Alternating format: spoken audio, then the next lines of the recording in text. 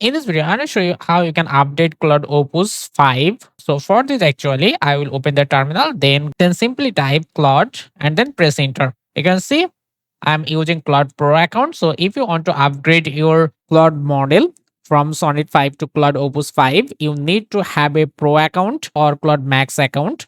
So right now here, what you will do, you will simply type / model and then press enter. You can see there are various types of model available. And right now, if you just use your down arrow key, go to Opus, and you can see right now Opus 5 is available here. This is based for everyday complex tasks, 2x uses versus Sonnet. Okay. So you can simply choose this one.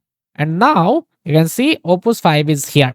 So if you cannot get Opus on this terminal, what you can do?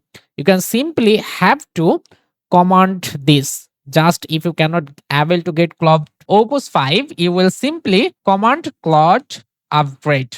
Then press enter. Then it will update your Claude version and you can successfully get the latest model here on this terminal when you use / model. Okay.